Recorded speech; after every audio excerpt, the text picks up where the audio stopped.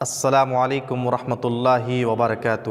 الحمدللہ رب العالمین والصلاة والسلام علی سید المرسلین۔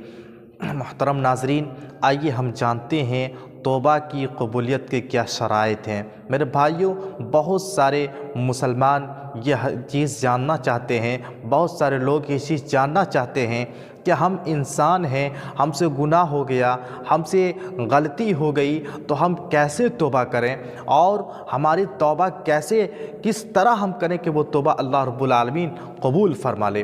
تو آئیے ہم جانتے ہیں، سب سے پہلی چیز توبہ کی قبولیت کے لیے جو سب سے پہلی شرط ہے وہ ہے اخلاص، جو کہ ہر نیکی کی قبولیت کی پہلی شرط ہے کہ ہر انسان کے اندر اخلاص ہو، تبھی کوئی نیکی قابل قبول ہوگی۔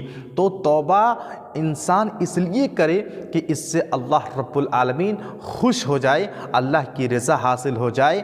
گناہوں سے توبہ کرنے کا دنیاوی مقاصد نہ ہو، دنیاوی فائدے نہ ہو، بلکہ توبہ انسان گناہوں سے اس لیے کرے تاکہ اللہ رب العالمین ہم سے خوش ہو جائے۔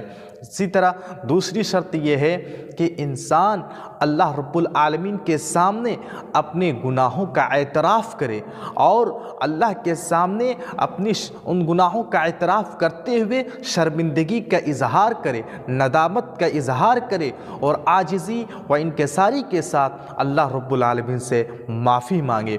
اور اسی طریقے سے توبہ کی تیسری شرط یہ ہے کہ انسان اس گناہ کو چھوڑ دے، اس گناہ کو کبھی ارتکاب کرنے کا خیال تک نہ لائے، اس گناہ کو چھوڑ دے۔ اس لیے کہ ہم گناہ بھی کریں اور اللہ سے معافی بھی مانگیں تو یہ قبولیت کی شرط نہیں ہے، بلکہ اس گناہ کو چھوڑ دینا پڑے گا۔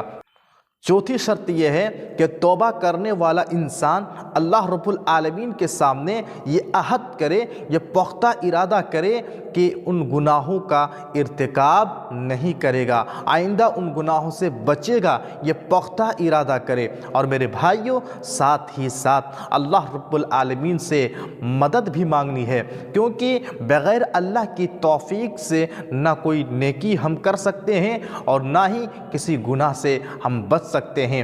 یہی وجہ ہے اللہ کے نبی صلی اللہ علیہ وسلم اپنی دعاؤں میں یہ چیز مانگا کرتے تھے۔ اللہ کے نبی صلی اللہ علیہ وسلم اپنی دعا میں کہا کرتے تھے، اللہ سب سے بہترین اعمال، حسن اعمال اور اچھے اخلاق کی توفیق دے۔ اور آپ صلی اللہ علیہ وسلم اپنی دعا میں یہ بھی کہا کرتے تھے، اللہ اور مجھے برے اعمال اور برے صفات سے بچا، کیونکہ ان برائیوں سے تیرے سوا کوئی اور بچانے والا نہیں ہے۔ اس لیے اللہ رب العالمین سے توفیق کی دعا بھی مانگتے رہنا ہے کہ اللہ گناہوں سے بچنے کی توفیق دے دے اور نیک کام کرنے کی توفیق دے۔ تو انسان جب گناہوں سے توبہ کرے تو یہ شرطیں ہونی چاہیے، اخلاص ہو، اسی طریقے سے اللہ کے سامنے گناہوں کی شرمندگی کا اظہار کرے اور اللہ سے معافی مانگے اور اس گناہ کو چھوڑ دے، اور اسی طرح آئندہ اس گناہ کو نہ کرنے کا پختہ ارادہ کرے۔ اللہ رب العالمین سے